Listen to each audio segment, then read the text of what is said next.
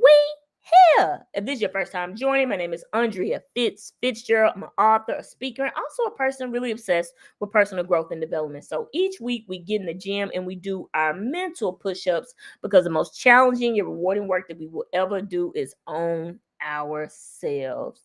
So today, friends, we are going to talk about invest in your most valuable asset, aka you. This message was inspired because two things actually. So the first one was I've been reading this book called The Impact Cycle because we've been doing this book study. And before I arrived at my destination, I was on the airplane. I said, let me go and read this book because I know the rest of the week is going to be pretty hectic and I want to go ahead and get my reading done for the book study next week. So I read the book before I get there. And when I tell you, I mean, just in general, the book itself has really changed my mindset around coaching. And it's really allowed me to get more structured and more laser focused and more narrow in terms of coaching, just helping me grow as a coach. So it was one part about it. There's the checklist. It was chapter 4. It was talking about the checklist and stuff like that. So I was like, let me try this when I go in my coaching sessions. And y'all, that thing is fire. Like it just I just felt like I just felt like we were on the same page with the checklist. But I was super hype about that. And it allowed me to see in that moment, I was like, ooh. I said, it's really important for you to invest in you. But that's not it. The other thing was I went to this conference. I had a speaking engagement, but the other part of the time I was attending parts of the conference. I was going to different sessions and stuff like that. And when I tell you Black Brilliance on 10 at the TABC conference, y'all, listen. I mean, just some of the most brilliant minds that I've ever seen in terms of the educational space. I'm talking about doctor here, doctor there, sessions like speakers of fire. And not only am I looking at my skill of like speaking, but also learning new ways and new information to help me grow as a professional by being around all this black brilliance. But essentially the headline for me was, wow, if something happens when you invest in you. And it was a couple of takeaways that I got from that I'd love to share with you today. So the first thing is acquiring new knowledge. It reminded me how much more I need to learn. I think that it gave me a level of humility because I'm like, wow, I really have a lot more to learn here. And I think that's okay. I think sometimes when you get to a point where you feel like you know it all is and you can't learn anymore, then I mean it's we're not growing. And it just allowed me to see like, oh, I have a lot more to learn here.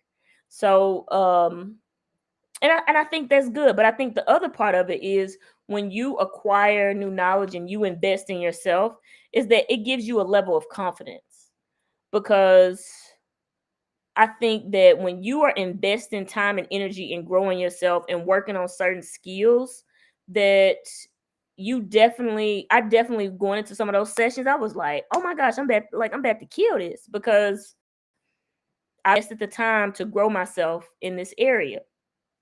The other thing is, and let me back it up when I talk about confidence. That also has me thinking about like even as a basketball player, when I knew I put time in the gym, when I got on the court, it was like no big deal. I've done this 50 times. Like I've made 300 jumpers.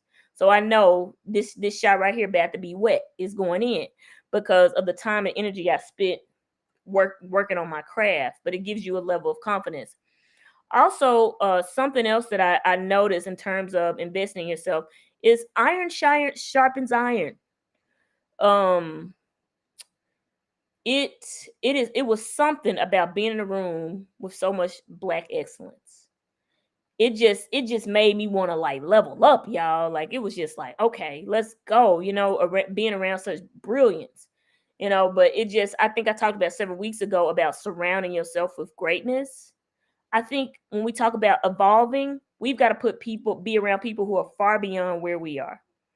And that's a goal of mine this year, putting myself around people who are well beyond where like I can't even see as a possibility, but they already there.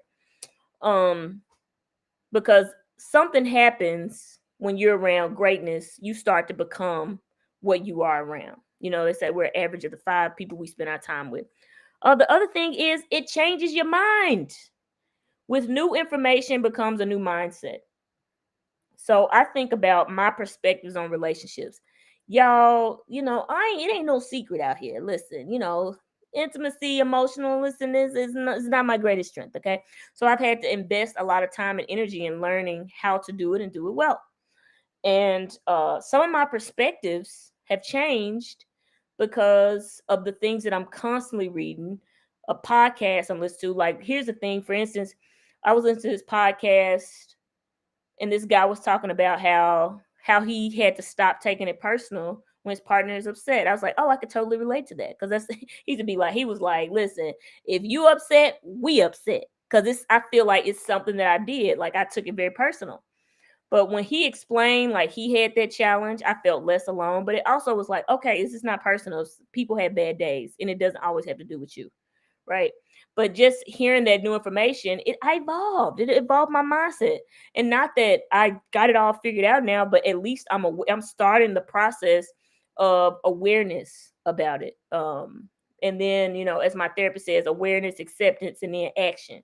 But I'm at least the door is opening to this. Is not always, it ain't always anybody's fault, right? Just people have bad days. That's okay. So new information, it changes your mind. When you invest in you, you start to change.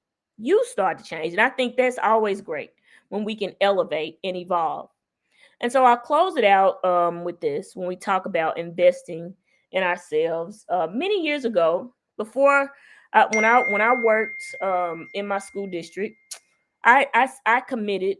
We had to reapply for our jobs, and after that, I said I don't ever want to have to do that again. So I committed to myself that after that happened, that I was going to say yes to every opportunity that came my way, because I said I'm going to invest in me. So if someone's like, "Oh, I got this training, you want to do it?" I was like, "Yep." "Oh, you want to present here?" "Yep." I said yes to every single one of them. And some of them I was like, "Oh, I don't even think I can do this," but I did it anyway. But I elevated because I invested in me.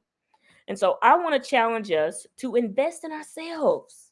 I realized that over the past maybe like month or so, I've been so rolling and bowling my phone that I had kind of lost that part of myself, like reading books and stuff like that. I love reading books.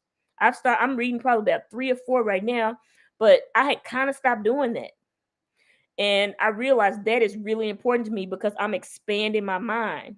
And now that I have this new information, I can figure out how to critically think and use it for my benefit. That's okay, right? So invest in you. So there's our action step. Drop in the comments, what is one thing you're going to do this week to invest in you? One thing you're going to do. Drop it in the comments. So thank you so much for tuning in. Get out there this week and do those mental push-ups. And as you go out this week, I want you to keep that rookie state of mind with what's that fits. Remember, the level up is in the losses. Problems are a privilege. And yes, you might be new to this, but I know you're true to this because you're in this moment right now. And I believe in each one of you. So get out there this week and let's do those mental push-ups. And I'm in.